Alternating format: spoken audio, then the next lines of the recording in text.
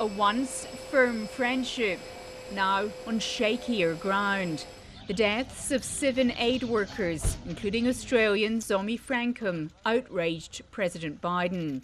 In a phone call, he told Israel's Prime Minister the strikes on the World Central Kitchen staff were unacceptable, and he demanded Israel implement concrete steps to protect aid workers and reduce civilian harm and suffering. If not, the president said, there would be consequences. He made clear that U.S. policy with respect to Gaza will be determined by our assessment of Israel's immediate action on these steps.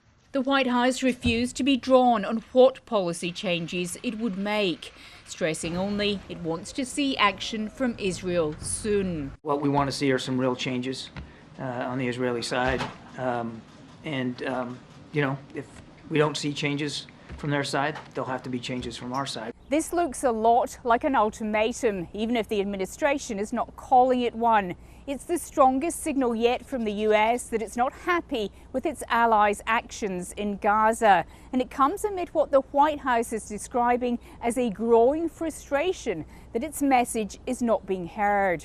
But following the call, Israel said it would temporarily allow aid to flow into Gaza via the Erez crossing and port of Ashdod.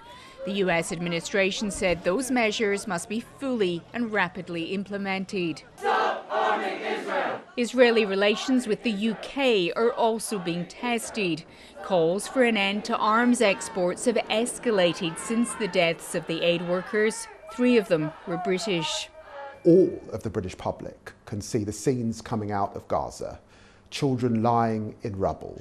Israel says an independent investigation into the attack on the charity workers has been completed. After we present this to the ambassadors from the respective countries and to the members of the World Central Kitchen Organization, we will make it public in a clear, transparent manner. Australian officials say they've been briefed and are waiting for the full and transparent report they called for. In Poland, a vigil today for 35-year-old Damian Sobel, one of the 7 World Central Kitchen workers, now numbered among the 33,000 people reported killed in Gaza, a toll increasingly testing US limits. Barbara Miller, ABC News, Washington.